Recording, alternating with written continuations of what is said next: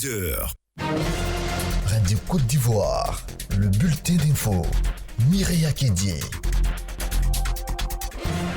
Bonjour à tous. Au Mali, l'homme qui a tenté d'assassiner le président de la transition est mort pendant sa garde à vue. L'assaillant, dont l'identité n'a pas été dévoilée, était aux mains des services de sécurité depuis son acte manqué. Une autopsie a été immédiatement ordonnée pour déterminer les causes de son décès. Le gouvernement malien rappelle toutefois que son décès ne fait pas obstacle à la poursuite de l'enquête, surtout que les premiers indices indiquent qu'il ne s'agit pas d'un élément isolé.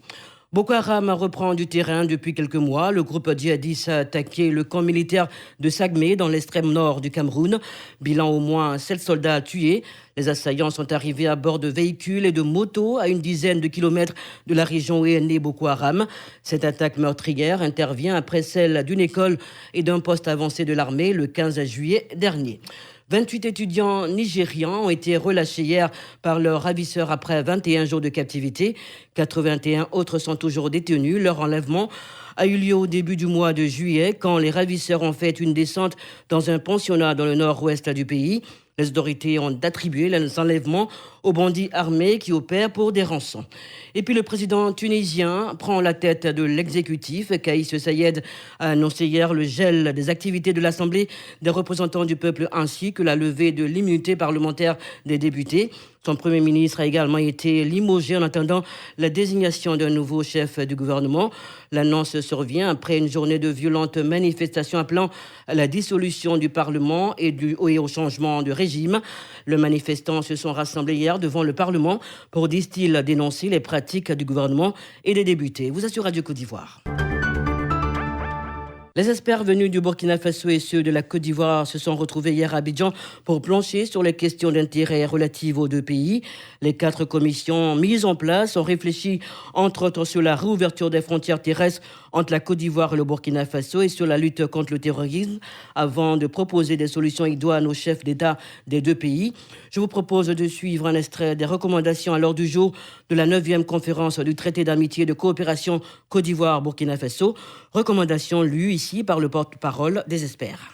Les partis se sont préoccupés de la persistance des attaques terroristes dans les deux pays et les ont vigoureusement condamnées. Elles se sont engagées à mutualiser leurs efforts sous la très haute autorité de leurs excellences, M. Alassane Ouattara et Roch-Marc Christian Kaboré, en vue d'éradiquer ce fléau. Les partis se sont félicités de la mutualisation des efforts en vue de permettre la circulation des personnes entre les deux pays pour des raisons humanitaires en cette période de crise sanitaire liée à la pandémie de Covid-19 pendant les périodes de fermeture des frontières. Cependant, des passages massifs des populations à la frontière ivoiro-burkinabé ont été constatés du fait de la dynamique d'échange des liens séculaires, culturels, fraternels et économiques. Les partis ont donc convenu de la nécessité de la réouverture des frontières terrestres afin de faciliter la libre circulation des personnes et des biens dans le strict respect des mesures sanitaires et sécuritaires. Les experts ivoiriens burkinabés, au terme de la restitution des travaux en commission, saluent les bonnes relations entre nos deux pays. Suivons quelques réactions. Zongo Mwendamarede Emmanuel, gouverneur de la région du Sud-Ouest. Nous, en tant qu'autorité administrative, au niveau de nos frontières, nous entretenons véritablement des activités en permanence avec nos voisins. Au niveau de la région de Bonkani, le Burkina et la Côte d'Ivoire entretient des liens séculaires, culturels, fraternels, d'amitié. Ces genres de rencontres sont de nature à pouvoir mettre tous les petits plats dans les grands pour que nous puissions avoir une cohabitation pacifique au niveau de nos frontières. Je suis conseiller technique à la Sonabel. Nous saluons cet esprit qui a prévalu dans la mise en place de ce traité et nous espérons qu'au sortir de cette rencontre, les actions qui seront mises en œuvre puissent vraiment être bénéfiques pour nos deux pays. L'ambassadeur Mamadou Ilboudo, directeur général des Burkinabés à l'extérieur. L'État nous permet de passer en revue ce qui peut renforcer notre fraternité, notre amitié. Le monde, c'est un monde de grands ensembles. Il faut que nous mettions l'accent sur nos atouts pour pouvoir avoir notre place dans le monde. Le conseil d'administration de la MUDESTI, la mutuelle pour le développement économique et social de la sous-préfecture de Thiémé, prône la paix et la cohésion sociale. Le président de cette mutuelle a organisé une rencontre fraternelle des fils et filles de la région en vue de partager des idées allant dans le sens du vivre ensemble. Une rencontre pour également parler de développement. Cette rencontre s'est faite autour d'un repas de tabaski, moment de partage de prières et de bénédictions pour le président de la République. Les populations de Thiémé qui ont répondu massivement à cette invitation saluent cet acte de rassemblement. On écoute quelques réactions. D'abord, celle de Sila Oumar, commissaire au développement de la MUDESTI. Je suis fier d'avoir un responsable comme lui, le PCA de la MUDESTI. C'est un homme religieux. Tous les chefs religieux ont fait ce témoignage. Donc, il sait l'intérêt d'une telle cérémonie. Donc, je ne suis pas surpris. Et en même temps, c'est un espoir. Au départ, quand on commençait, ce n'était pas cet engouement. Donc aujourd'hui, nous constatons que tout le monde commence à opter pour ce rassemblement. Donc c'est un espoir pour le développement de la sous-préfecture de Thiémé. Colonel Koulibaly Ali, directeur exécutif de la MUDESTI.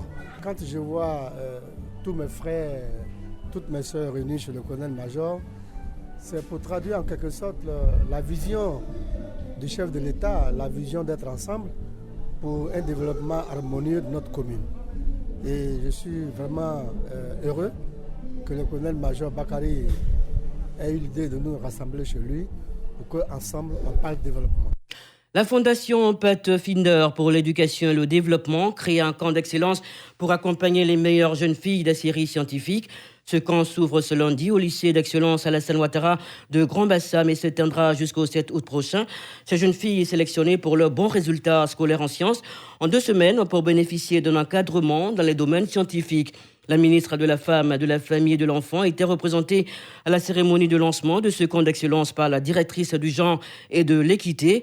Tano Florence annonce l'appui de son ministère pour la réussite de cette initiative. L'État de Côte d'Ivoire, à travers le ministère de la Femme, de la Famille et de l'Enfant, se joint donc à cette ONG pour célébrer ce camp d'excellence. Pour nous faire un camp d'excellence pour les filles, mais surtout pour les filières industrielles de mathématiques. La science, c'est vraiment relever le niveau des filles et montrer aux filles qu'il est révolu ce temps où elles ne pouvaient qu'être couturières, cuisinières, esthéticiennes, coiffeuses. Nous allons de l'avant. Nos filles ont compris que rien ne leur est interdit, que toutes les opportunités sont offertes à nos filles, mais aussi à nos garçons. Et aujourd'hui, on célèbre les filles qui prennent le pas pour atteindre les hommes dans ces filières qui étaient, entre guillemets, on disait filières réservées aux hommes. Aujourd'hui, non. Elles ont cassé le verre de grille. Elles sont dans le plafond avec les hommes.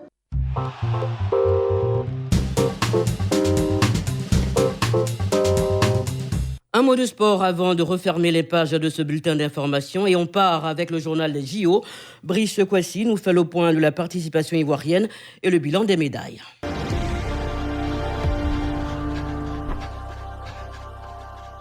Bilan pas satisfaisant pour l'instant pour les athlètes ivoiriens au JO de Tokyo. Après 4 jours de compétition, la Côte d'Ivoire n'a glané jusque-là aucune médaille. Pire, Cissé Cheikh Salah et Gbabrut éliminés. Cissé Cheikh Salah, champion olympique en 2016 à Rio de Janeiro, où il a raflé la première médaille d'or de l'histoire de la Côte d'Ivoire, a été éliminé tôt ce matin par le champion marocain. Une grosse surprise à ces JO, où Cissé, très attendu, est tombé sur un impressionnant combattant, Akraf Mahoubi, champion marocain vainqueur au point 21-11. Pareil pour Gbabrut, éliminé également ce matin en demi-finale 24-18 par la Britannique Lorraine Williams, numéro 3 mondial. Reste désormais à combattre pour la 3e place afin de décrocher le bronze. Cissé Cheikh également lui peut rêver du bronze à condition que le champion marocain accède en finale. Autre déception, le judo. Dabone Zouleya, battu facilement d'entrée par la championne portugaise Thelma Monteiro, grâce à un ippon. Dabone, une nouvelle fois, sort au premier tour. Déception pour l'Ivoirienne, pratiquement en larmes. Là, je suis vraiment un peu déçu de mon combat. Au moins, je me suis dit que j'étais prêt. J'avais travaillé pour ça, mais éliminer au premier tour comme ça, vraiment, ça me fait de la peine. Parce qu'au fond de moi, je sais que je pouvais faire mieux que ça. Voilà. Peut-être que je ne suis pas totalement bien entrée dans le combat, mais voilà. Comme ça reste une compétition, mais je suis vraiment déçue quoi, de mon combat. Je ne dirais pas que ce n'est pas une chance. Après, je ne dis pas que j'attends même la médaille, mais au moins passer 2 tours. Comme ça, je vois que le travail que je fais, ça paye. Mais venir sortir comme ça brusquement au premier tour, ça fait mal. Dabone Zouneya très déçu.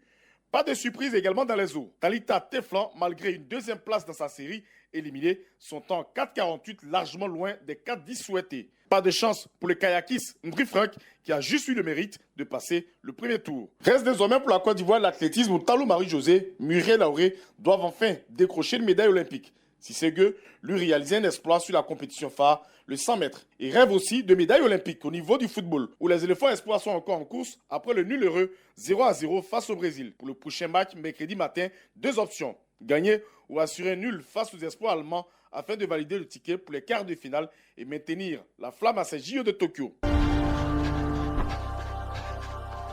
Ce bulletin est terminé, merci. Prochain rendez-vous 12h, je serai là. C'était le bulletin d'info, présenté par Mireya Kédié.